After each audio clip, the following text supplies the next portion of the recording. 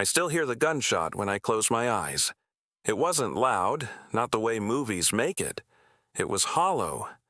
A single, flat crack that split the laughter in half.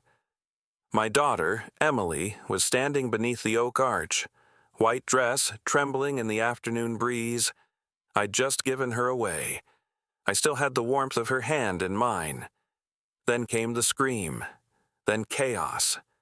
People scattered, wine glasses shattered, and somewhere behind the chairs, a woman stood holding a gun. Our neighbor, the HOA president. Karen, everyone called her. She looked stunned, like she didn't understand what she'd done. I dropped to my knees beside Emily, her veil soaking red in the grass. My wife was frozen. The photographer kept screaming, and all I could think as I pressed my hands against my daughter's chest was this. She had no idea who I was, no idea that I'm a Supreme Court judge. People often assume judges live above chaos, that our lives are orderly, clean, controlled. But law doesn't shield you from life. It just teaches you how to look at it through glass. I'd lived in Maple Ridge Estates for almost 15 years, a manicured suburban maze where the lawns looked cloned and the HOA meetings felt like court hearings without robes. My wife, Laura, loved it here. She liked the stability, the neighbors, the weekend barbecues where everyone pretended to be happy.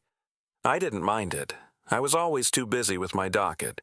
Appeals, constitutional disputes, cases that shaped lives. But at home, I tried to be just Dad, not Your Honor. Our daughter, Emily, was everything I wasn't. Spontaneous, open-hearted, the kind of person who'd wave at strangers and mean it. She worked as a teacher at the local elementary school, spent Sundays baking cookies for her students. When she met Ryan, a firefighter, I knew within weeks I'd be giving a toast at their wedding someday. And I did. I just never imagined it would end in gunfire. Our neighbor, Karen Whitfield, had been HOA president for nearly a decade. A retired realtor with a voice that carried through walls and a permanent frown carved into her face. At first, she seemed harmless, just meticulous. She'd send emails about trash bins, barking dogs, paint colors. Community standards, she'd call them.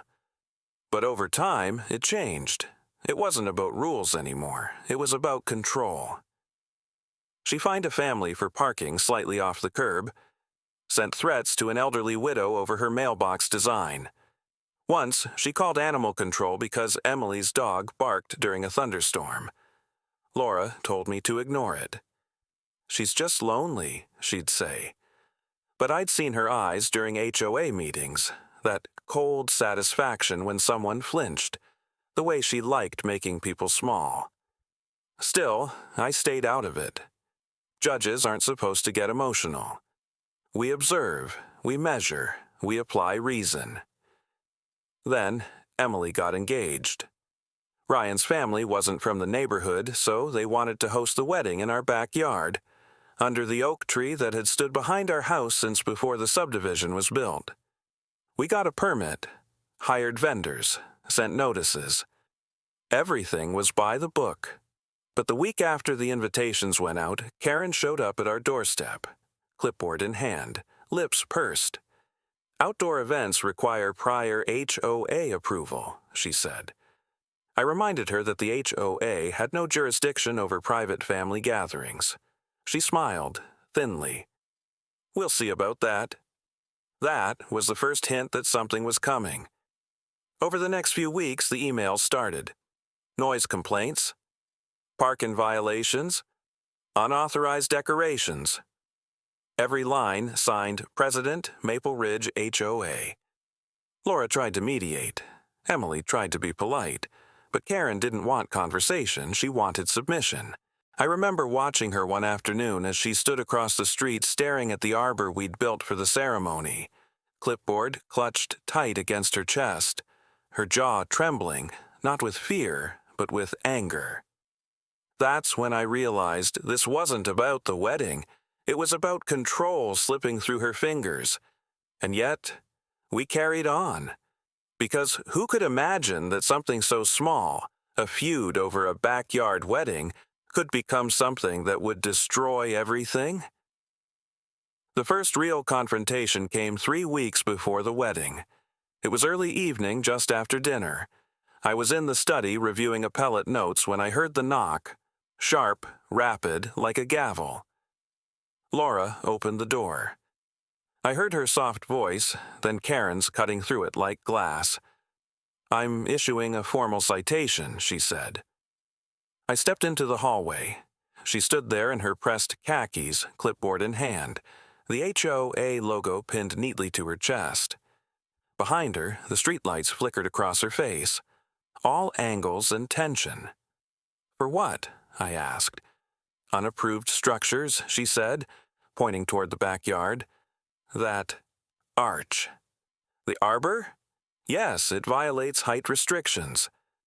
"It's a temporary wedding decoration," I said, keeping my voice level. She didn't blink. "Rules are rules."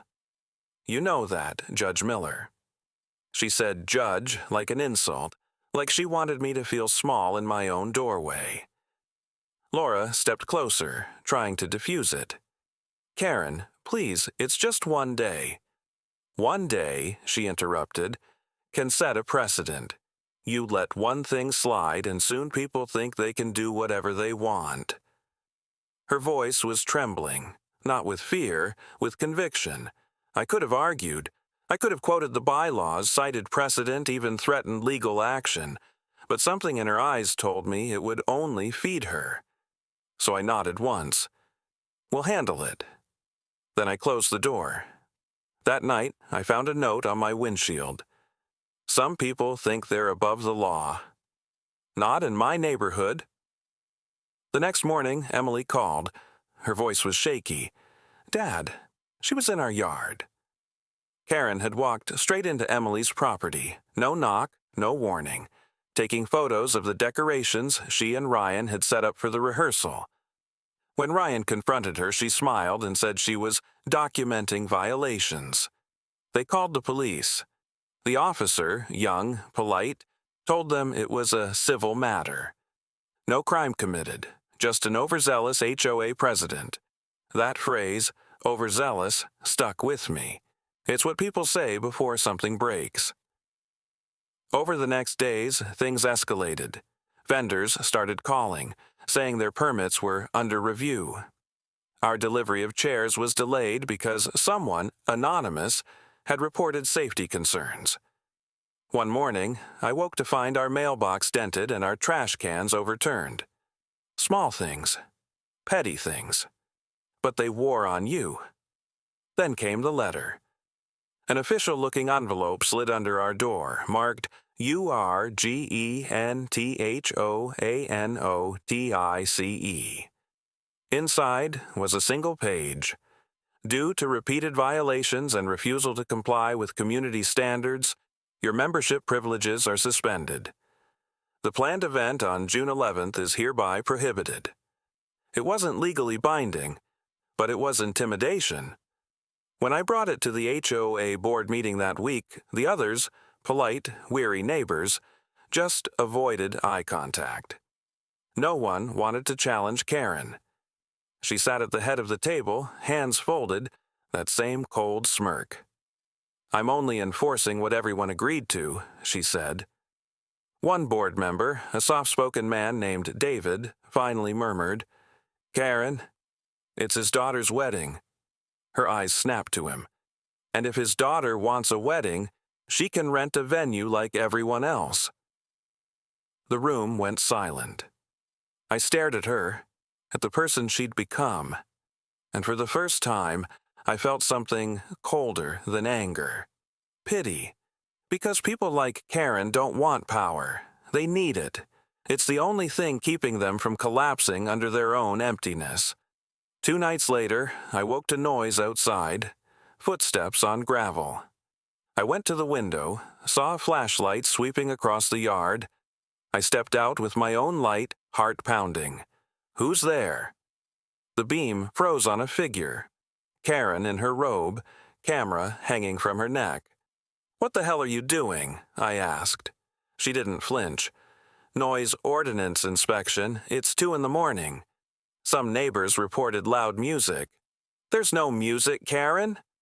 She just stared, then slowly raised her camera and took a photo of me standing there on my own lawn, and walked away without a word.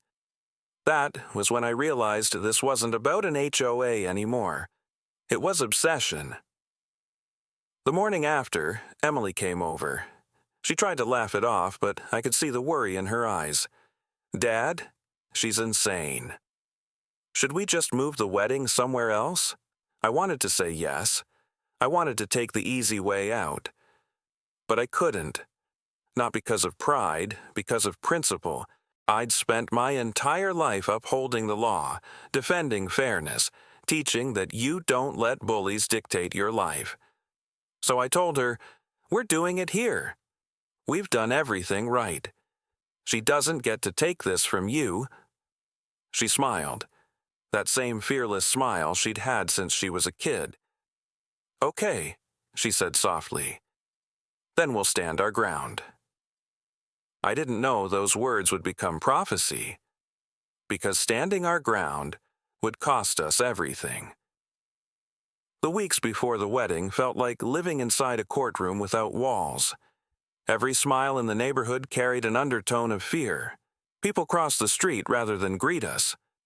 Word had spread that Karen was documenting violations, and no one wanted to be next. Laura stopped tending the garden. She said she felt watched. I caught her once staring through the blinds at Karen's house, lips pressed tight, hands trembling. I put my arm around her. "It's almost over," I said. 2 weeks, and this will all fade." But it didn't fade. It grew teeth.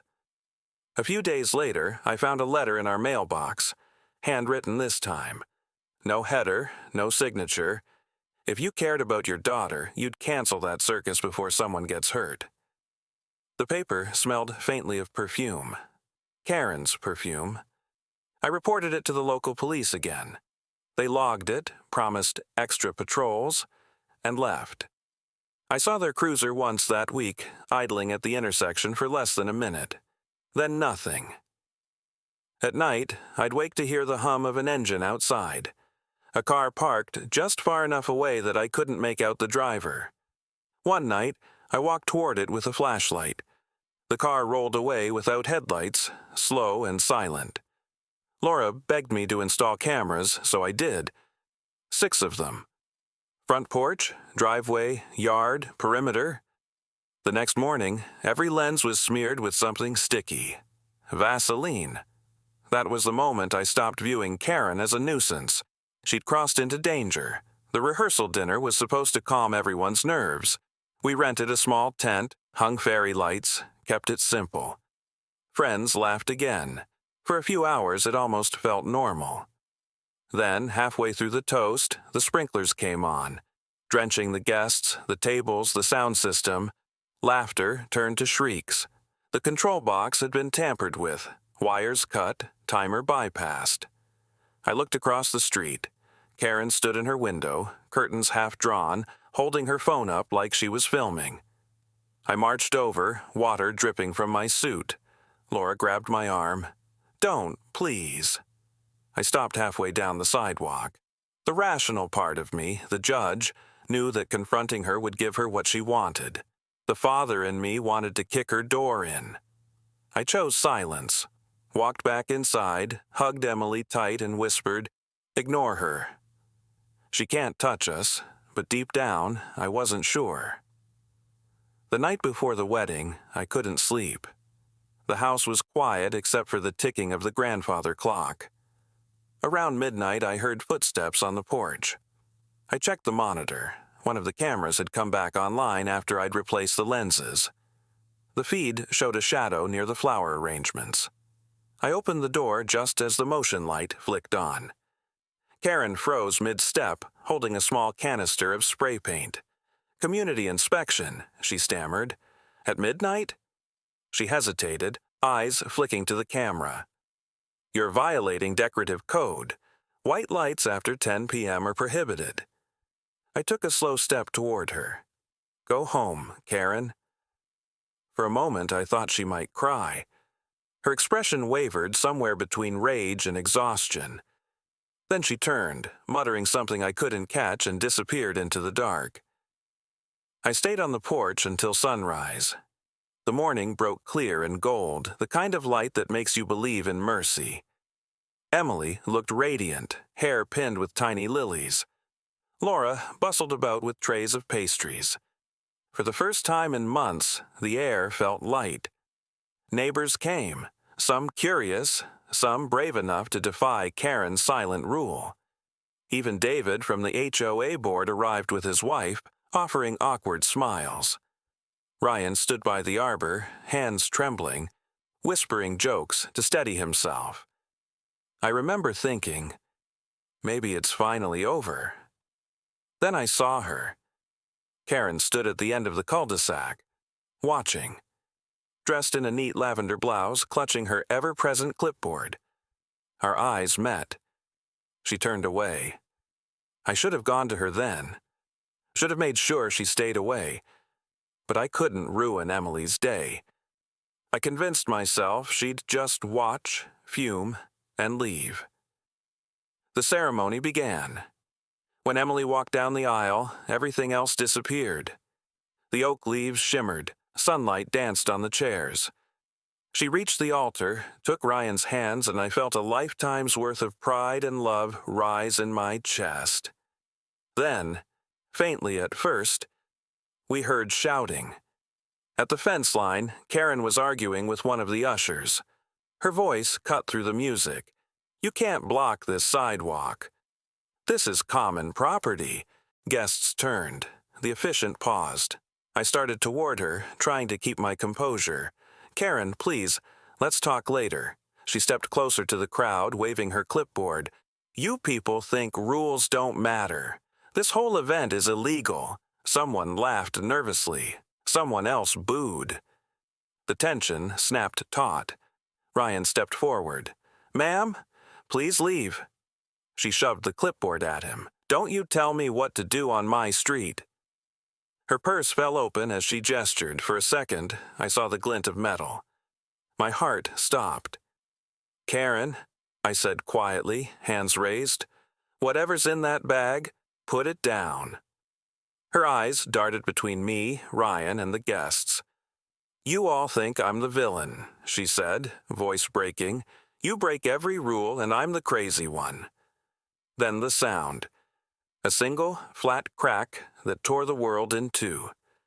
Time folded in on itself. I didn't hear the scream immediately, just the ringing in my ears. Emily fell back against the arbor, petals scattering like snow. For a heartbeat, I couldn't move.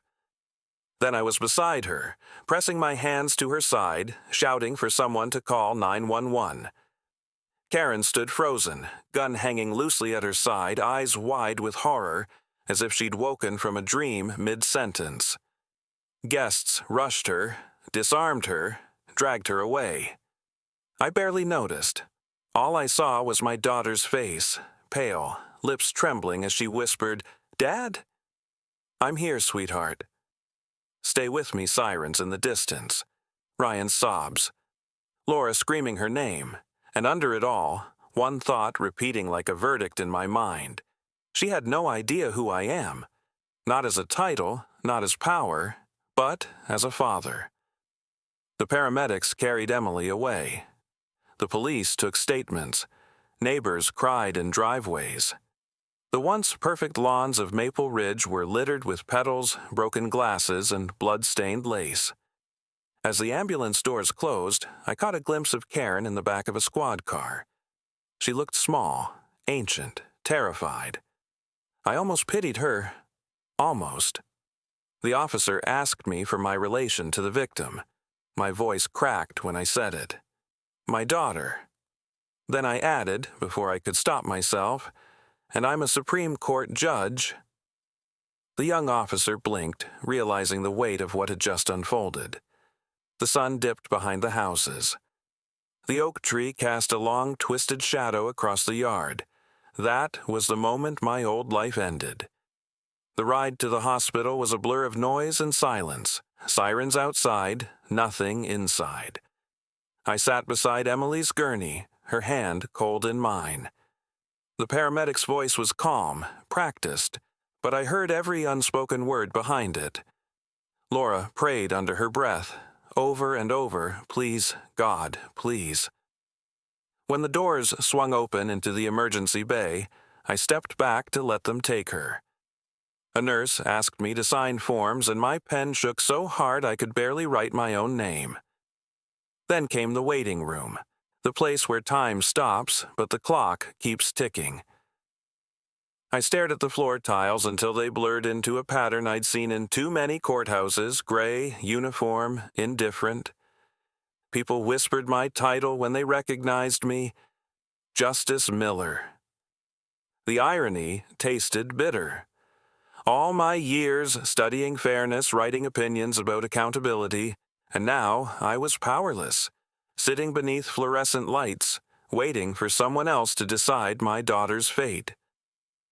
The doctor's shoes squeaked on the tile as he walked toward us.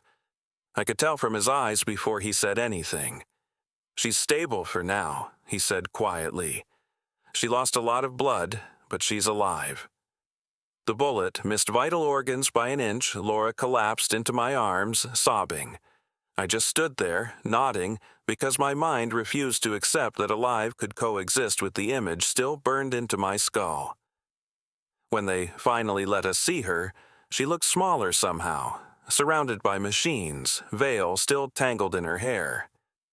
She opened her eyes just long enough to whisper, "It's okay, Dad." No, I thought. It will never be okay. Hours later, 2 detectives arrived. One I knew from court. He hesitated before speaking, as if addressing a superior instead of a grieving father. "We have Karen Whitfield in custody," he said. "She claims it was an accident, that she meant to fire a warning shot." My jaw tightened. At a wedding? He didn't answer. "She's being charged with aggravated assault and unlawful discharge of a firearm." "We'll know more after the DA reviews the case." "The DA?" I echoed. "Tell him to call me." He hesitated again. "Sir, I think it's best you stay out of the prosecution process." Conflict of interest. Conflict of interest. 2 words that had governed my entire career. And now they were a wall between me and justice. I wanted to scream. Instead, I said quietly, "Do your job right." He nodded and left. When the adrenaline faded, grief settled in like fog. Every sound felt too loud. The beep of the monitor, the hum of the air vent, Laura's quiet weeping beside the bed. I thought about Karen's face as they led her away. Not triumphant, not remorseful, just lost. Why do people like her destroy what they claim to protect? Why do rules become weapons? I replayed every moment I could have stopped it. The night I caught her with the spray paint, the letter, the meeting, each one a crossroads I'd walked past. For the first time in my life, I envied ordinary anger, the kind that shouts and breaks things. Judges aren't allowed to break. We're expected to reason our way through pain. But reason couldn't touch this. 3 days later, the sheriff asked if I wanted to attend Karen's arraignment. I said no at first. Then I changed my mind. The courtroom smelled like dust and coffee. Familiar, almost comforting. Karen sat at the defense table in a gray jumpsuit, hair unkempt, hands cuffed. When she saw me enter, her shoulders stiffened. For a second, I thought she'd look away. She didn't. She whispered something. Maybe "I'm sorry," but I couldn't be sure. The judge read the charges. Her attorney entered a plea. Not guilty. A murmur rippled through the room. I kept my expression blank. Inside, a storm. When the gavel fell, she was let out. Our eyes met one last time. Hers were filled not with hate but confusion, as if she still didn't understand what she'd done. That was almost worse than hatred. That night, I drove back to the empty house alone. The wedding decorations were still scattered across the yard, half-deflated balloons, a single white chair lying on its side. The oak tree stood silent above it all. The breeze moved through its branches, whispering like a voice I almost recognized. I sank to my knees in the grass where she'd fallen. My suit was still hanging in the closet, untouched, the boutonniere wilted. For the first time in decades, I cried without shame. I wasn't a judge. I wasn't a man of law. I was just a father who couldn't protect his child. The next morning, Emily woke fully for the first time. Her first words were, "Did she mean to kill me?" I couldn't answer. She reached for my hand. "Promise me you won't hate her, Dad." That broke something in me, not from anger but awe. Even in pain, my daughter was asking for mercy. "I'll try," I whispered, but I didn't know if I could. That promise became the line between who I was and who I would become. Because justice, I realized, isn't about revenge. It's about truth, even when truth hurts. The courthouse smelled the same as always, paper, dust, and burnt coffee. But it felt different now. It wasn't a place of order. It was the scene of everything I'd lost. Karen's trial drew crowds. The news called it the HOA wedding shooting. Cameras lined the steps, reporters shouting questions I ignored. They wanted a soundbite from the Supreme Court judge whose daughter was shot by his neighbor. They didn't want the truth. They wanted spectacle. Inside, I sat behind the prosecution, not as a judge, not even as a lawyer, as a father. I'd been recused from any official role, but every word still felt like it was being weighed on the same scales I'd sworn my life to uphold. When Emily took the stand, the room fell silent.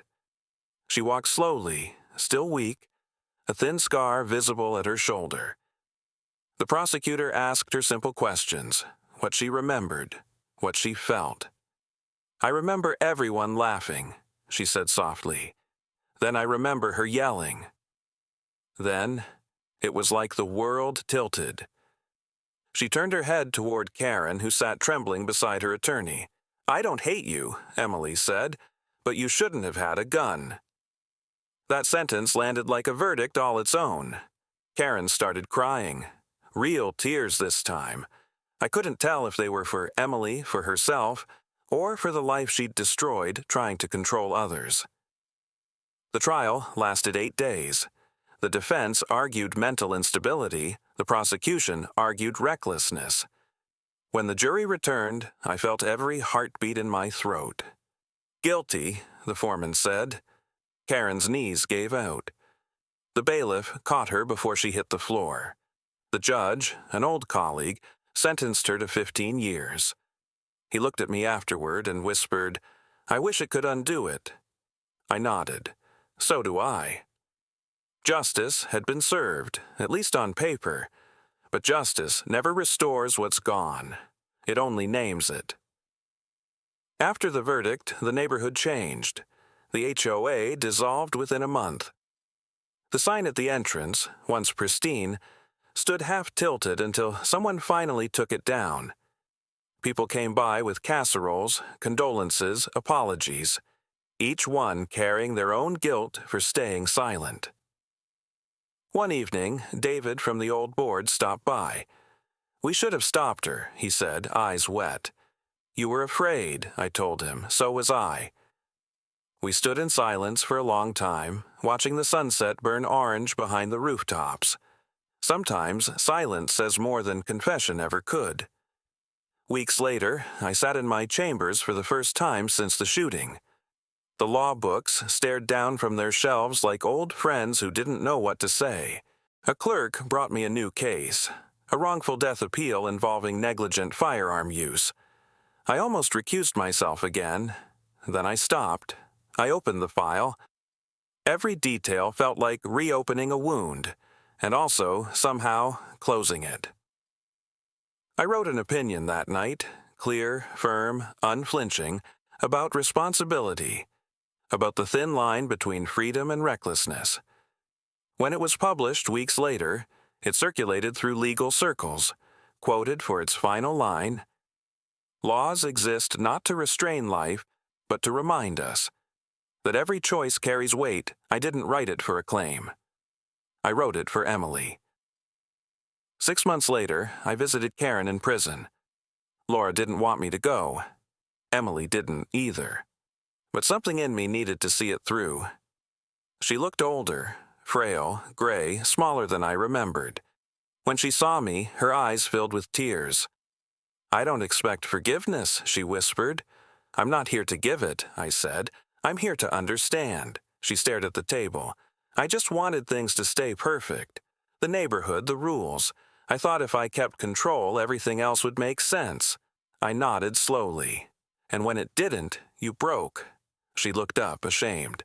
"I'm sorry." I studied her for a long moment. The hatred I expected wasn't there, just exhaustion. "I hope," I said quietly, "you spend these years learning what control really means." Then I stood and left. Outside, the sky was blindingly blue. Emily recovered slowly. She and Ryan married again, quietly, in the courthouse. Just the three of us and a single witness. No music, no decorations, just vows and peace. Afterward, we went home, cut a small cake, and sat under the oak tree. The wound in the grass had healed over. Birds nested in the branches again. Emily looked up and said, "It's still beautiful." "Yes," I said. "It always was." A year later, I founded a nonprofit with Emily called the Maple Project, dedicated to conflict de-escalation and community mediation. We teach neighborhoods how to talk before they fight, how to listen before they break. When people ask why a Supreme Court judge started something so small, I tell them, because small things become tragedies when we stop seeing each other as human. Sometimes, after long days in court, I drive home past the old HOA gate. The sign is gone, but the oak tree still stands taller than ever. It reminds me that rules can bend without breaking, that justice without compassion is just another weapon. And every night, when I turn off the lights, I whisper the same words to the darkness. She survived. We all did, somehow. A year after the verdict, the courthouse lobby smelled of pine and disinfectant. Ordinary, calm. I used to dread walking through those doors. Now I pause before them. The echo of my steps reminds me that I'm still here, still moving. Emily teaches again. The children in her class made a garden of kindness for her, paper flowers, each one bearing a rule she wrote herself. Speak gently.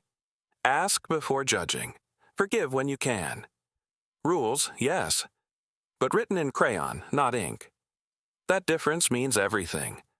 Ryan joined our nonprofit. He handles outreach. I handle training sessions. Laura designs the pamphlets. Sometimes we travel to small towns that have their own Karens, people choking on power, desperate for control. We teach them the same thing I finally learned. You cannot legislate peace. You have to live it. We held our first Maple Project session in a community hall 3 counties away. 20 residents sat in a circle, arms crossed, waiting to argue. I began with a story, not about courts or verdicts, but about an oak tree and a wedding that almost wasn't. I didn't say names. I just told them what happens when pride replaces empathy. By the end, a woman in the back wiped her eyes. She whispered, "We've been acting like enemies." "No," I said softly. "You've just forgotten your neighbors." When the session ended, they stayed to talk. That was the moment I knew the Maple Project mattered. Justice on paper changes outcomes. Justice in the heart changes people. On the anniversary of the shooting, we returned to Maple Ridge. The lots were quieter now. Fewer trimmed hedges, more wildflowers.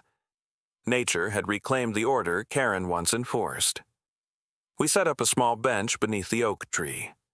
A bronze plaque reads, "For the day that broke us, and the strength that built us again."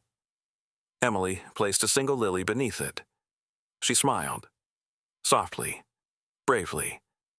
"I don't think she meant to destroy us," she said. "Maybe not," I replied, "but intention doesn't erase consequence." She nodded. "Still, I hope she found peace." So did I. Because forgiveness isn't absolution. It's freedom from anger, from replaying the same frame of pain again and again. 2 weeks later, a letter arrived from the state penitentiary. Karen. Her handwriting was careful, almost childlike. "I read about your foundation. I wish I'd learned what you're teaching before I hurt anyone. I don't expect your forgiveness, but thank you for not forgetting me." I folded the letter and placed it inside a law book on my desk, between pages discussing mens rea, the intent behind crime. Because even in guilt, she sought understanding, not justification. That's something. Months later, I was invited to give a lecture at a university. Ethics and Emotion in Judicial Decisions. When I stepped to the podium, I saw rows of young faces, future lawyers, future judges, people who still believed law was pure logic. I told them, "You can memorize every statute, cite every precedent, and still fail if you forget the human being standing before you." I paused, then added, "Justice without empathy is bureaucracy. Empathy without justice is chaos. Our job is to stand where they meet." They wrote that down. Maybe one of them will remember when it matters. Sometimes, when I can't sleep, I sit on the porch and listen to the night. The neighborhood is still, except for crickets and the whisper of wind through the oak leaves. The same tree that witnessed our worst day now shelters us again. I think about how fragile everything is, how quickly control can turn to tragedy, how quickly anger can hollow a soul. And I think about Emily's words, "Promise me you won't hate her." I kept that promise. It didn't happen all at once, but day by day the weight lifted. Hatred is heavy, forgiveness lighter than breath. A new family lives in Karen's old house now. They have 2 kids who ride their bikes past our driveway every afternoon. Sometimes they wave. Sometimes they stop to pick acorns from under the oak tree. I let them. Rules can wait. Childhood can't. Last week, their mother brought us cookies. "We've heard so many stories about this place," she said. "Most of them are true," I told her, smiling. "But it's a good neighborhood now." As she left, I glanced across the street and saw the sun catching the leaves, turning them gold. For the first time in years, it looked like home again. I've learned that justice isn't a destination. It's a dialogue between pain and understanding. Some days the pain speaks louder. Some days understanding wins. The law can punish a deed, but only empathy can prevent it. If you take anything from my story, let it be this. Power means nothing if you forget the people it touches. Every rule, every verdict, every word you say in anger, someone feels it. And once words turn into actions, you can't unmake them. So speak softly.